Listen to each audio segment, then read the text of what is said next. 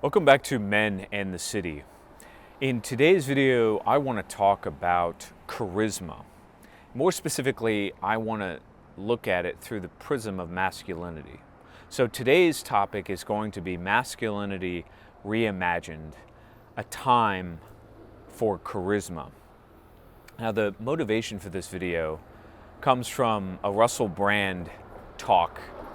It's probably a 5 to 8 minute video in which he delved into the subject of charisma. And charisma is an interesting idea. It's almost a magical idea, and I'll come back to that in just a moment. But Russell Brand defined charisma by quoting someone else, a man named Quentin Crisp.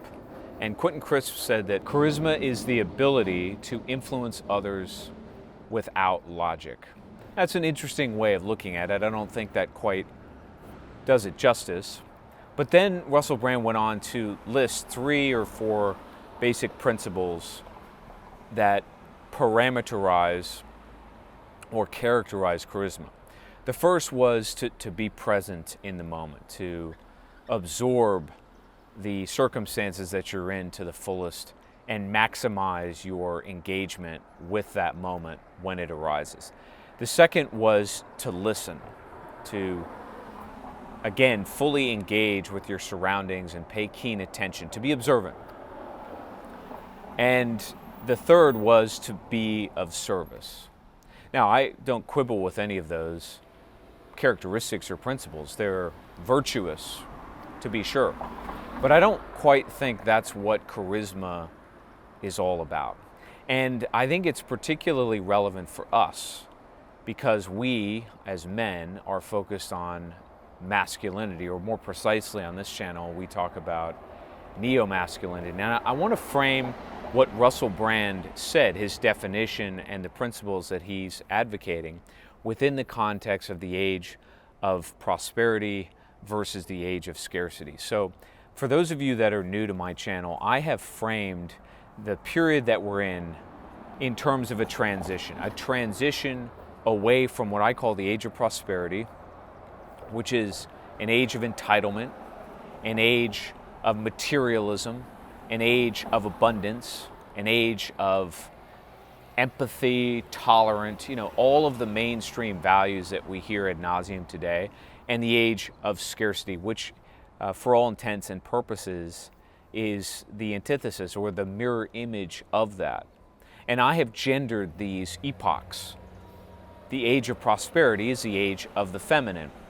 The age of scarcity is the age of the masculine. And the age of scarcity is a period when there is hardship, when there is scarcity, when there is a necessity to build or reconstruct or reform systems, as opposed to the age of prosperity when those systems are robust and intact.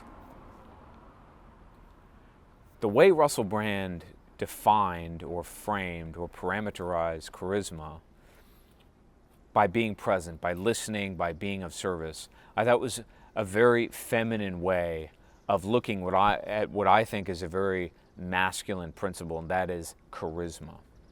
So if charisma is not, as Crisp says, the ability or the act of influencing others without logic, what is it? Well, the ancients told us, and in fact the word itself, charisma, is derived from Greek, and it means favored by the gods, which is an interesting description. What effectively does that mean? Well, it could mean any number of things. But I think at its core, it means that you are imbued with certain characteristics, with certain virtues that prime you for success. And I'm going to talk about some of those in just a moment. Another way to look at it is this idea of magic or some kind of intangible, some kind of transcendent ability. Again, hence the invocation of the gods. I would define it as a magical power to affect others. Right? There is a certain transcendence, there is a certain esotericism associated with charisma. And certainly not everybody has it. Of course, on YouTube, there'll be 30 or 40 or 50 different videos you can watch from all kinds of creators who will tell you that it's something that can be manufactured. I disagree. I don't think it can be, which is why charisma has the magic that it does. If it could be programmized or programmatic, if it could be programmed into you, my suspicion is it wouldn't have the magical power that it does. So again, back to the definition that I've given you. Charisma is the magical power to affect or influence others. Well, where does that come from? What exactly is that? And why is it masculine? And how does that relate to the age of scarcity? Well, that's what we're going to talk about today. The first proxy, if you will, for charisma, and this list really should be combined. It's all of these characteristics functioning together in a cohesive whole, and some circumstances behind it. But the first proxy, I would say, is strength. Strength of character. It could be physical strength, it could be mental strength, it could be physiological strength, it could be perseverance, right? The sense that the world can rain down upon you, but you're sufficiently strong that you will survive and potentially thrive. But there's a certain strength, and that strength is not surface level. It's beyond the superficial. It's deep within you. It penetrates, and that's why it affects others. It's infectious. Others can feel it. But strength, I think, is the foundation.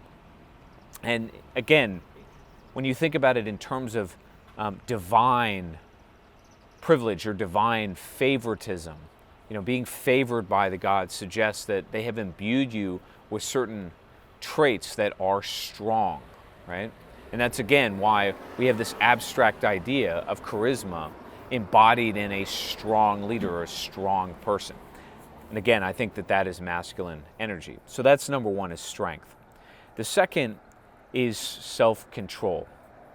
Now, I should juxtapose these with the virtues of our day, because I do think that as we shift away from the age of prosperity and into the age of scarcity, the way that we assess and prioritize, or the way that we organize our society changes completely. And so strength is juxtaposed with, you might say, abnegation, or a kind of self-defeating or a self-loathing that is, I think, almost institutionalized in the West, right? So again, strength of character, strength in terms of being the best, you might say, is almost a vice in the age of prosperity. But in the age of scarcity, I suspect that strength will revert back to the traditional masculine archetype. Well, in a similar way, self-control, the ability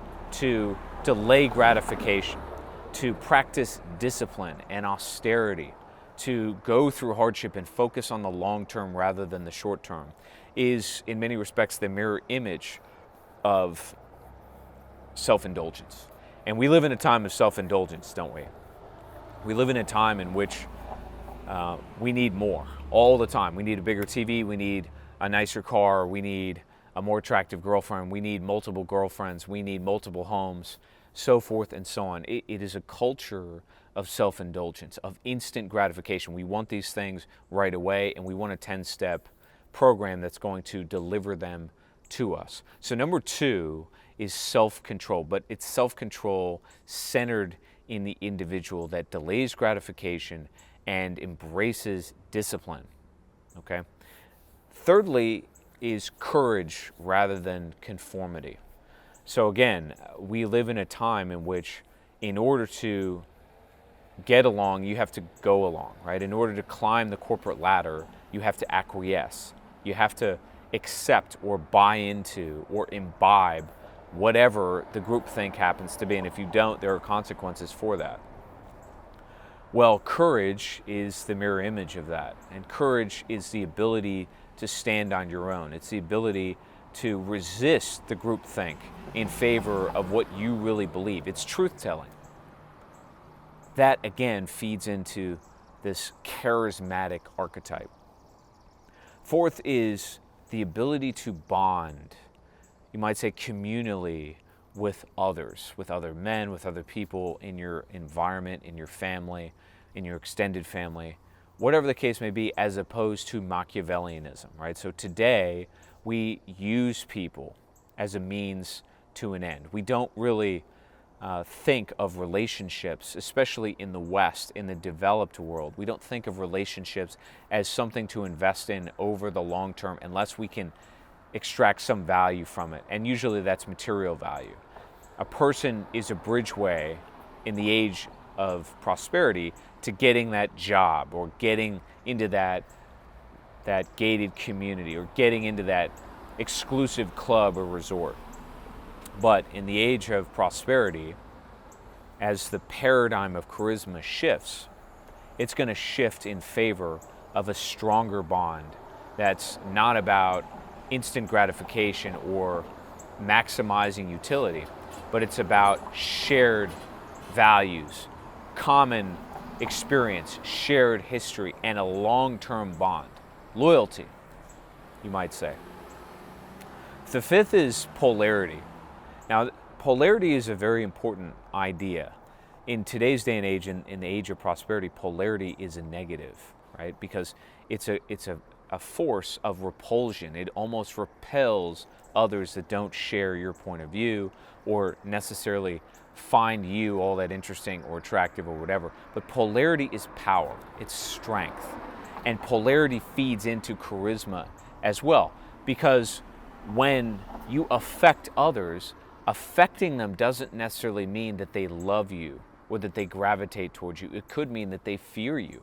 It could mean that they resist you.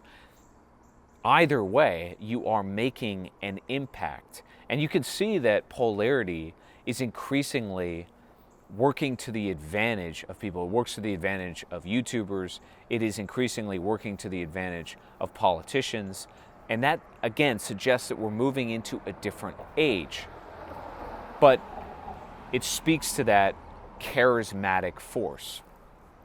Now, all of these things, strength, self-control, courage, community, or a transcendent bond with other human beings, and polarity, all of these things form this complex that I call charisma, and they are, in many respects, the mirror images of their opposite in the age of scarcity, whether that's feigned weakness or self-abnegation, self-indulgence, conformity rather than courage, using people as a means to an end, what some people refer to as Machiavellianism, and instead of polarity, likability, right? It's this desire to conform so that you can be liked by everybody. It's social proof, right? While that complex is essential, there's something else to charisma that might be just as important, and that is the stage effect or circumstances. Okay, now let's consider this for a moment. You know, Machiavelli, Shakespeare, and others talked about the importance of fortune because they recognize that as times change, people rarely do, right? So in one environment, you might be a hero. In another environment, you might be the villain. In one set of circumstances or social group, you might be an alpha. In another, you might be a beta. This reflects the extent to which charisma taps into fortune. It taps into circumstances. You know, Shakespeare famously said, "There is a tide in the affairs of men, which taken at its flood leads on to fortune." So to some degree, charisma is tapping in to that tidal wave, that shift in the tides in your direction in such a manner that favors these core elements of charisma that I just went through. I call it the stage effect, right? And that is to say, it is an environment in which your strength, your self-control, your courage, your transcendent bond with others, and your polarity are maximized. Now, it's my view that the age of scarcity is going to set the stage. It's going to elevate some of these core competencies that I've mentioned just a moment ago, that are specifically masculine. So as we exit, as we leave the age of prosperity and we go into the age of scarcity, courage and self-control and strength and communalism and polarity are going to become more and more and more important. The very things that were once disempowering to us, specifically to men, in a generation that's been battered over the last 50 some odd years, now they're going to strengthen and empower us. Charisma is coming back. Stay tuned for more, and we'll talk soon.